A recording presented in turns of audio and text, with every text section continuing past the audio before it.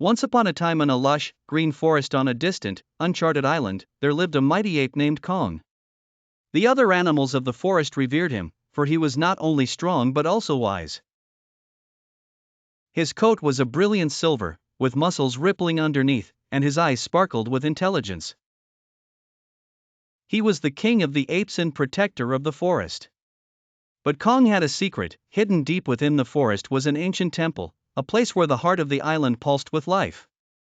One sunny morning, as Kong lounged in the shade of a giant banyan tree, he heard a commotion. A young and curious monkey named Nala had ventured too close to the temple. "Stay back," roared Kong, but Nala was too fascinated to listen. She hopped closer, her eyes widening at the glowing symbols on the temple walls. Suddenly, a gust of wind spiraled around her, and a mysterious, ancient voice whispered, "The chosen one has arrived." Kong knew this was a moment of great significance. Rushing to Nala, he scooped her up and carried her away from the temple. "You must not go near that place," he said firmly, his eyes filled with concern. But Nala's curiosity couldn't be easily quelled. Over the next few days, she kept pestering Kong with questions about the temple, but he remained resolute and silent. That evening, as the moon cast its silver light on the island, Kong gathered all the animals to the great baobab tree. "It is time you all knew the truth about the temple," he began. "Long ago, before any of you were born, the island was ruled by a tyrant known as Kazar, the red ape.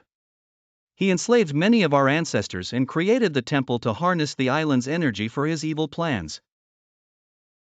A brave alliance of animals, led by my great-grandfather, overthrew Kazar and sealed the temple's powers. Since then, the Kong family has guarded the temple to prevent its misuse."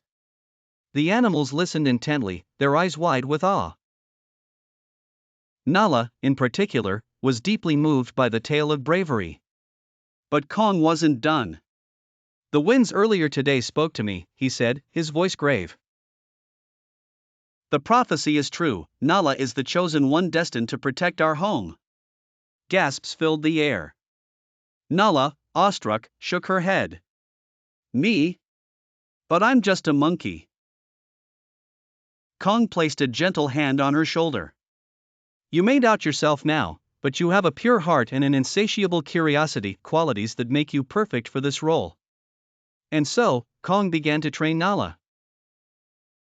She learned the art of defense, the history of the island, and the ways to communicate with every creature. Each day, she grew stronger, wiser, and braver.